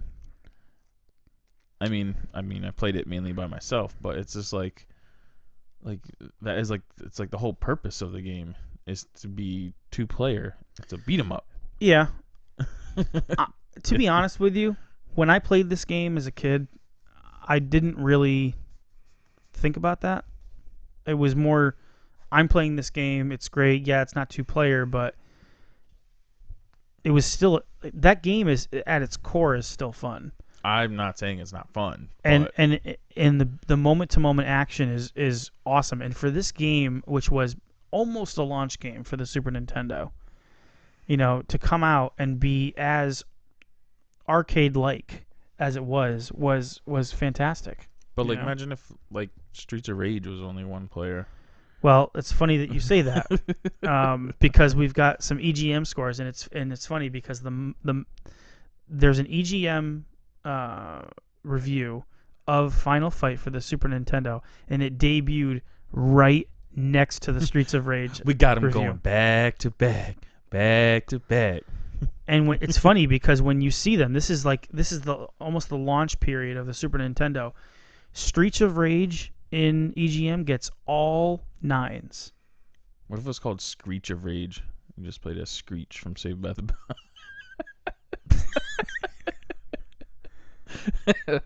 Carry on. I think we're getting close to the end here. So Streets of Rage gets all 9s. I'm not going to read a review of it, but basically they love Streets of Rage. If it's a 9, then you know what you don't really need a description. Final Fight gets an 8, a 7, a 7, and a 7. Ooh. So let's read a couple of these. Let's go with One of the 7s. Let's go with Ed Semrad. I would read 1 7 and then 8. So we'll start with Ed Semrad, and then we'll go back to Steve Harris. So Ed says, I just can't believe that with this super system, Final Fight couldn't have been a 2-player game. If Sega can do it, Capcom could also, unless the game was rushed just to get it out when the Super Famicom was introduced. While it plays great, it could have been better. So that was the main issue. Now, there is a whole level missing from the Super Nintendo version of Final Fight. Okay, go. Isn't it missing a playable character too? And it's missing it's missing Guy. Yeah. Now Anyway. they did release another version of it called Final Fight Guy, And then it took him. but they took Cody out of the game. What the fuck is going on? What the fuck is going on? This is like the most ass backward shit. I don't know what they were thinking. They should have just ended up making it 2-player. We're gonna make it 2-player, add person, and then we're gonna take the other one out. Yeah. So Steve Harris says, What the fuck? Final Fight looks and feels like the arcade version on what it's based, but without the 2-player cooperative. It just loses something in the translation. The gameplay is too easy, but if you're for a good fight with good graphics, Final Fight should fit the bill. So again, the gameplay was really fun, but that 2-player mode, if you were in the know, really, really hurt. Especially when it launched aside Streets of Rage. Now, if Streets of Rage doesn't come out right at the same time, does it get 8777? I still think so. Because they're basing it. If Final Fight just come out on the Super Nintendo and it wasn't based on the arcade game, then I guess the only gripe would be that it's why didn't they make this 2-player? Right. But you're basing it on the arcade game and everything else translated. Which was 2-player. Yeah, and everything else translated. The game looks amazing, and it, graphic wise, sound, and everything else played exactly the same. But it's like we took a level out and we only made it 1-player. Yeah, I mean, Because it already had set a precedent in the arcade game, and it's like what 2-player? You can't Right. you can't make it 2-player. Now, just to foreshadow for you guys, our next regular podcast will be on Final Fight 2 and Final Fight 3. We're going to go through the trilogy and kind of talk about those games and how they hold up. The forgotten Final Fights. I would say. But my question to you is, do we get Final Fight 2 and 3 if this doesn't end up having such a backlash? What do you mean? Well, I mean, it's still. Final Fight 2 and 3 were exclusive to the Super Nintendo, and they were both 2-player games. Do we get those games? If Final Fight doesn't come out and everybody's bashing it because it's only 1 player? Does Capcom make those other 2 games? It still sold well. It sold really well. It sold Yeah. at least 1 million copies, if not more. So no, it's not. That wasn't. I don't think that was a factor in the Okay. 2-player was a factor in. And whether or not they made. They were like, all right, well, we fucked up. We can make it 2-player, obviously, and so because it. But if they had made the first one 2-player, would they feel as? Oh come on! You can't see. You were just gonna make it 1-player again? No. What I'm saying is that if Final Fight comes out and it's 2-player on Super Nintendo, Right. do they feel the urgency to come out with a new version that's 2-player of a Final Fight 2 or a Final Fight 3, or do they say we made Final Fight, Final Fight's done, it's a 2-player game on Super Nintendo, everybody loves it, we don't feel the need to make a 2 or a 3? It's money driven, my friend. I mean, there was demand. There was a demand, but was the demand because they only made the first one 1-player, or was it because there was that much of a demand for beat 'em ups? I don't know. I would say it's the demand for the game. I think the answer is yes, because we ended up getting Streets of Rage 2 and 3, and those were kind of going head to head. Yeah. Streets of Rage versus Final Fight. So I don't think the 1-player was a factor. Was a factor in it. They still would have made a 2 and 3 even if it was. Yeah, because it's just based on. I mean, you've seen shitty games. They just sell a lot, so they they keep making them. Right. I don't think the 1-player had a influence on making Final Fight 2 and Final Fight 3. Mm-hmm. But just the whole we made it 2-player. Like we're gonna make a what did that was that an exclusive thing? Like Blockbuster thing, Final Fight Guy, or did yes, that? It was a Blockbuster exclusive. Now it came out in Japan to buy, but you could rent it at Blockbuster. Weird things happened back then. Yep. So, I mean, so you've got the Super Nintendo version, you've got the Sega CD version, and the arcade version. The Sega CD version came out in '93 and sort of righted the wrongs of the first version. It had all the levels. When did I should know, but when did the Sega CD come out? Was it 92? 92. Okay, so it came out maybe a year or less than a year later. What's interesting about it is that Final Fight was kind of, it's like CVS and Walgreens. Final Fight was the answer, or was the opposite of Streets of Rage. So you would have thought that Capcom would have been all in on the Super Nintendo, but they ended up making Final Fight for the Sega CD, which kind of like switched sides. It was like they went to red and black. You know what I mean? It was like Luger showing up on Nitro, right? On the same night, the same night, the first Nitro, exactly. What is he? That's Lex Luger. Final Fight on the Sega CD. He looked like a stone out there too. Like he just like showed up. He just had that like white puffy shirt on. He had the white shirt on like unbuttoned. He was roided up to the gills. Yeah. And he was just looking around. It's just like, that's it. You're just gonna stand and look around. Well, he had a personality like a dead moth. Oh yeah. Yeah, he was Flexi Lexi. He had the rack, and that was about it. Standing in front of that mirror, doing his best Rick Rude impression. The narcissist. So yeah, it was weird that they went to the Sega CD. They kind of went to the dark side a little bit, But I'm glad they did, because that fucking version is awesome. Yeah, and and to go back, like I don't know which reviewer said it was like an easy game. I don't know if we just fucking suck, because like we always or is it? Well, this is the Super Nintendo version. The Super Nintendo version, he said, was easy. Wait, is the Sega CD version rough, or is it that the Sega CD version is the harder version? Or is it that the CD? Did it like freeze a few times when we played it? Until I fixed the issues with my Sega CD, it was freezing after like 4 Because I levels. still think that's one we haven't played all the way through.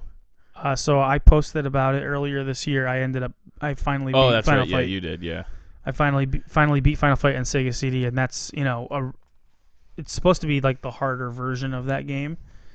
I feel like it's easier when you play as one player, just because Not as many enemies, maybe, or it's just, a little bit more forgiving because you don't have to worry about a second player, and there's a way that you can develop a rhythm when you're by yourself. If you've got two people, if somebody gets caught and starts getting destroyed, it takes away from the continues that you have, because you share continues. So it tends to be a little bit easier if you can kind of focus on a game and play it over and over again.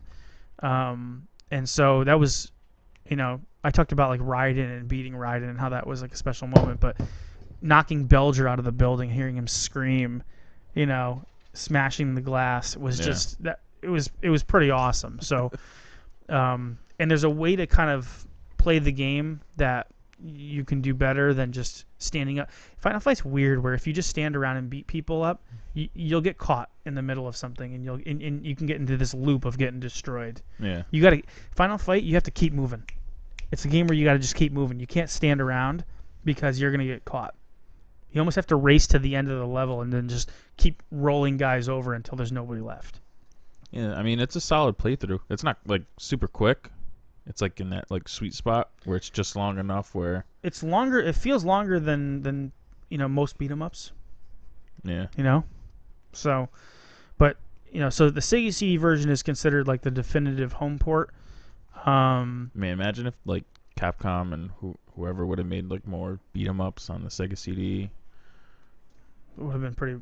It could have been Because pretty like good. that game, like the Final Fight, it looks so good. It looks great on a Sega CD. I mean, aside from the color palette not being as robust as the arcade unit, which the arcade could do like 4,000 colors. Yeah, but I mean, Genesis it can looks do like great. 61. If you're just looking at it, you wouldn't know that it wasn't the arcade version. You'd have to, Poison and Roxy, their clothes are a little bit different, but other than that, it's there's a couple less characters on screen.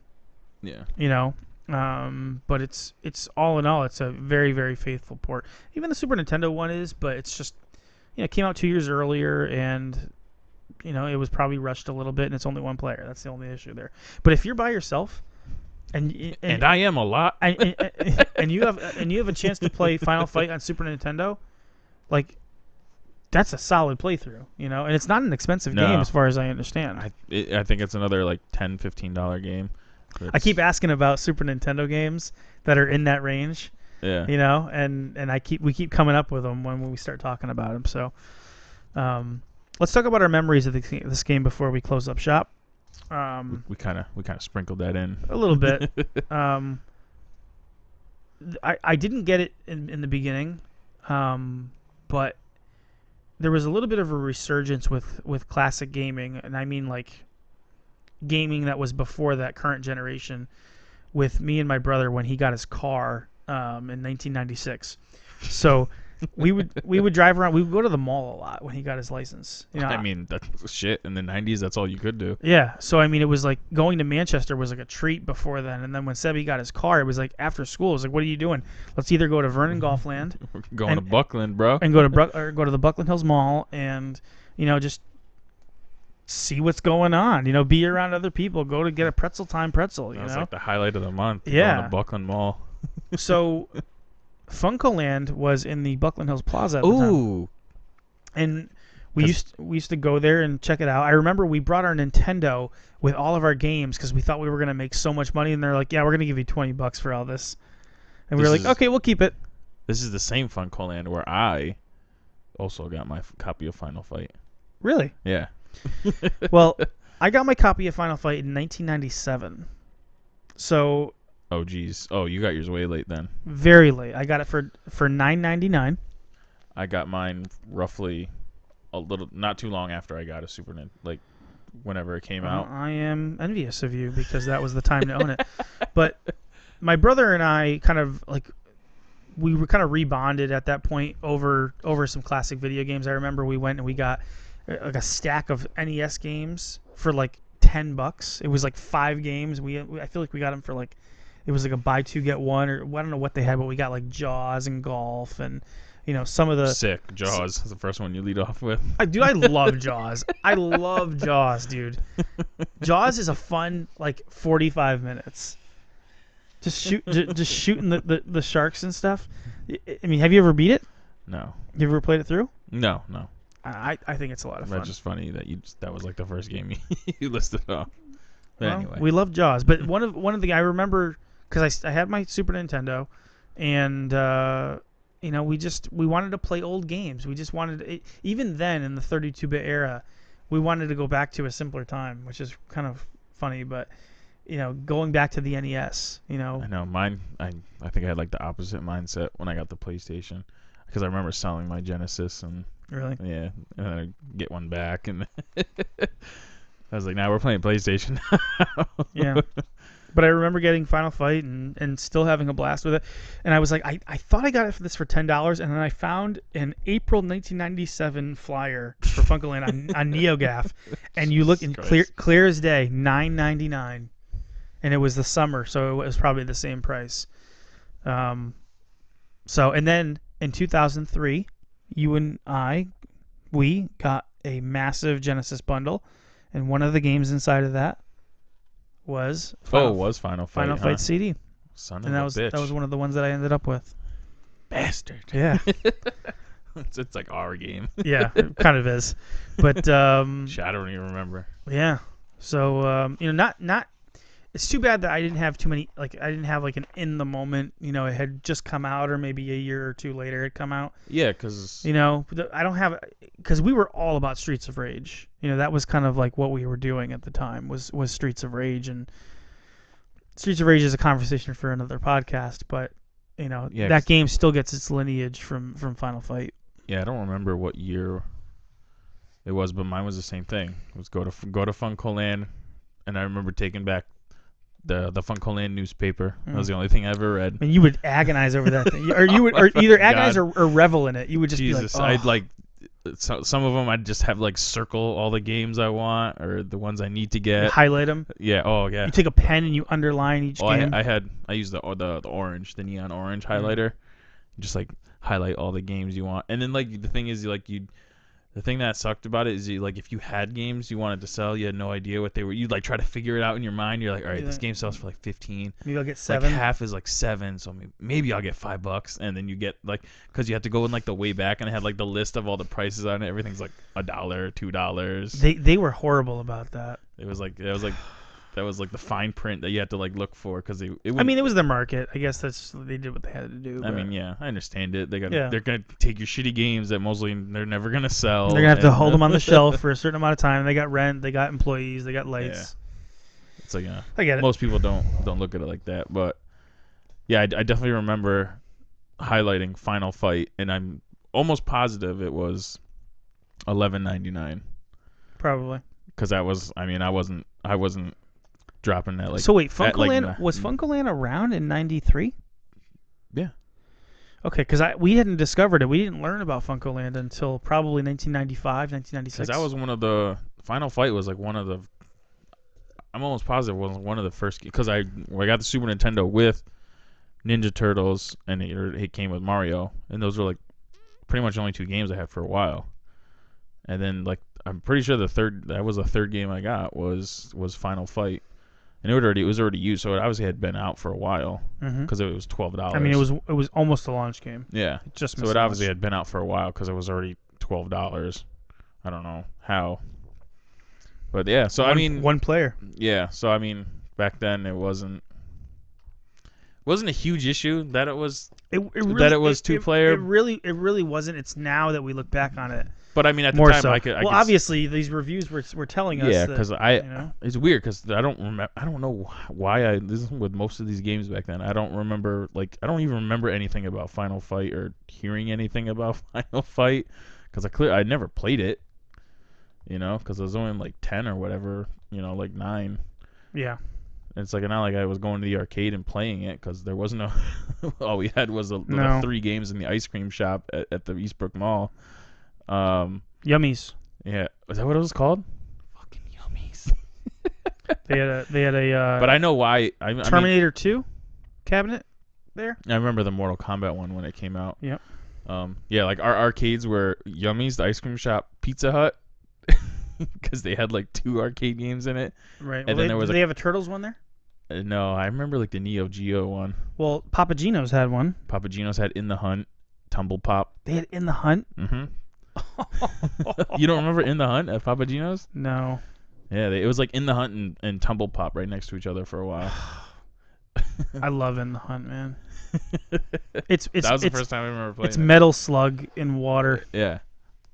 But I mean, I understand. I mean, if I was like one of these reviewers and I had played the arcade version, then I would give it that You score. probably would have given it an 8 or a 9, I would think, right?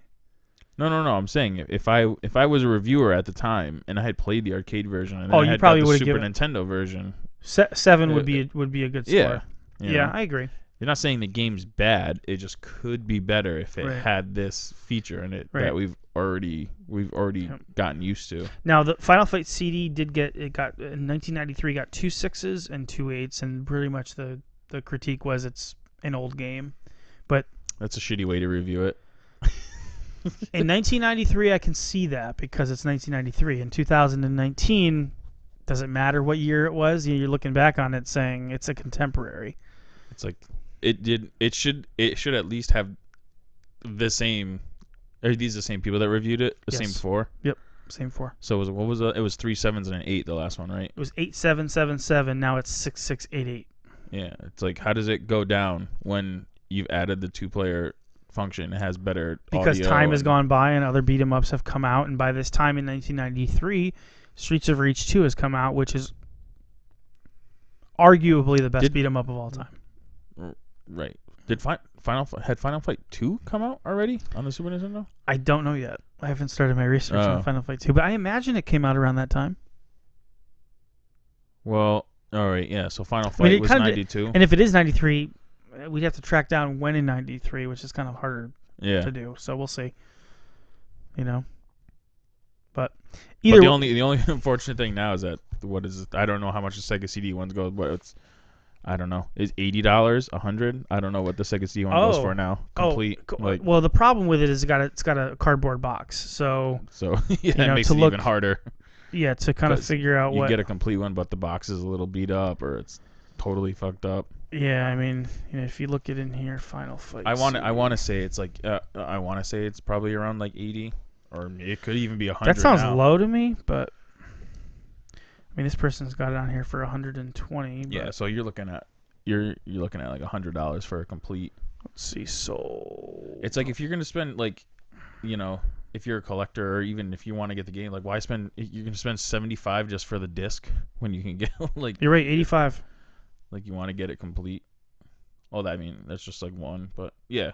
So 80. Yeah, $80. Oh, that's rough. yeah. That one's a little. Which I rough. guess in the scheme of things, it's not 80. It's not terrible. No, $80. I mean, loose. How much does it go for here? Let's see. Loose. It's like Sega CD games are like the worst ones to get loose because it's just literally just a disc in a jewel case. I mean, loose. It's 40. So I mean, you might as well go for the case if you can find it. And I then know. maybe sell your copy if you have one. Yeah, those are like the worst. Like CD games are the worst ones to get like loose because you just get like a plastic jewel case and it's Yeah. like It's tough. just I know. sits there and it's like it just looks like a music CD or something. It does. Yeah. Because I mean, the Final Fight box art is pretty tight too. It is pretty good. It's got a picture of Cody on the front. Yeah, because like the Super Nintendo one is just like the close up of their faces. It's kind of lame, Yeah. It's actually Hager and it looks like Abigail Yeah. on the front. Which is but not like the Sega CD. The art on that one is, which is probably like lifted. I don't know from the like the Oh arcade, no, it's not, no, it's just a dude with glasses. which I'm guessing the Sega CD one's like probably like the art from like the arcade cabinet like on the side or something. It could be, yeah. I'm Yeah, it could be. just taking a guess. Yeah, who knows? But the Super Which it Nintendo kinda- version goes for about $10-15. Which if you see, like, we have the Streets of Rage one right there. It's like it like if you look at the the Final Fight Sega CD cover to the Streets of Rage one, Yeah. it's almost kind of like the same kind of like setup, you know. art style. Rough in the streets. Yeah. Yeah. So, anything else to say on that? I don't know, man. I think we finally did it. We finally got through it. I mean, Final Fight, like I said, it's sort of the new Godfather. If Double Dragon is the great grandfather, Oh, okay. then Final Fight is sort of the grandfather of the modern beat 'em up. Even when you look at side-scrolling beat 'em ups that are created for like modern consoles, if you do see those that pop up for like a Switch or a PlayStation or something like that, or a side-scrolling beat 'em up type of game, I wouldn't even know. There's a lot of influence from Final Fight, or even the games that came after it. Nothing could go back to Double Dragon. So it's one of those weird things where you have these two games that had such influence, and one really got influence from the other, but totally shattered what came before it. And Final Fight is that game, and we wouldn't have Streets of Rage without Final Fight. Streets of Rage to me is the best beat 'em up of all time. It's number one. It's the number one franchise in terms of beat 'em ups for me, and I wouldn't have that without Final Fight. So Final Fight is critically important, and for a lot of people, Final Fight is the best beat 'em up of all time. Yeah. It's kind of like the Mortal Kombat, Street Fighter, like in terms of like the big games that you're comparing to each other. I mean, like it's in Streets of Rage right. and Final Fight were the big series. Right. Some people could say Turtles in Time or the Teenage Mutant Ninja Turtle arcade game, like that's the pinnacle. Well, but that's just. But the thing is, like, they only had one Turtles game that was really good. Two. The arcade game. I'm for some reason I'm thinking just like Super Nintendo is what I'm. I'm thinking that's what I was thinking. There's in a series on Super Nintendo. And then like it sort of is like Nintendo. Because like Streets of Rage, you had Streets of Rage 1, 2, 3. Right. Final Fight, you had Final Fight 1, 2, 3. Right. They're like the same series. Right. Yeah. So and I mean, like, it's like you Street Fighter, you think of Street Fighter 2 Turbo, and right. And then like you think of Mortal Kombat, Mortal Kombat 2, Mortal Kombat 3. Right. I guess the third one would be Street Fighter Alpha. I guess maybe. I don't know because there's like those Street Fighter games. They were like all variations of the same. Super Street kinda. Fighter 2, Super Street Fighter 2 Turbo. Yeah. So I mean, there's a trilogy there, but Alpha 2 did come out on Super Nintendo. Yeah. I mean, it's a rough port, yeah. but it's there. It's there. So, but yeah. So, anyways, that's a little chat about Final Fight and really its contribution on history, and it's such an important game. I'm definitely looking forward to playing Final Fight 2. When did the last time we played Final Fight 2? We played it one time. A long time ago. I don't remember it. Yeah. I don't. And remember then Final Fight 3, I acquired a few weeks ago. Well, like a week Congratulations. ago. Congratulations. And then you had to shine it up real nice. It was a little gunky. Took some brasso to it. It was like dipped in chocolate. Yeah. But I mean, hey, I got it for $65, and it's like going for like $120. You got a deal. So, with that, guys, thank you so much for watching. We hope that this was enjoyable for you. Stay tuned. We are going to have our 12-team tournament amongst the system launch libraries. For our next... We got brackets, baby. Brackets. For our next episode... everybody's brackets busted. Get out of here. You're like Dick Vitale. I know. For our next podcast, we're not sure if we're going to do a Christmas episode where we talk about Christmas memories, or if we're going to head straight into Final Fight 2 and 3. So we'll do that. We'll have to think about that, but we might do a Christmas episode with some Christmas memories. Sir, it's a holiday episode. Holiday episode. Because you and I celebrate something other than Christmas. And we'll give you some of our holiday memories. That's coming up, and stay tuned for our launch system tournament as well. And then we're going to be discussing Final Fight 2 and 3 on our next regular podcast. The so deep cuts, which we have never stay played tuned. Final Fight 3. Never played, and I don't even remember. So it Basically, might as yeah. well be that I never played it before. Yeah. So we'll be giving you, we're going to be going back to our regularly scheduled programming where we cut away, play the games, and then come back and give you our impressions. But with that, if we've got nothing else, thanks again for joining us. The brackets are busted. They're all over the place. Nothing makes sense anymore. Be safe, be happy, be healthy, and as always, keep it turbo.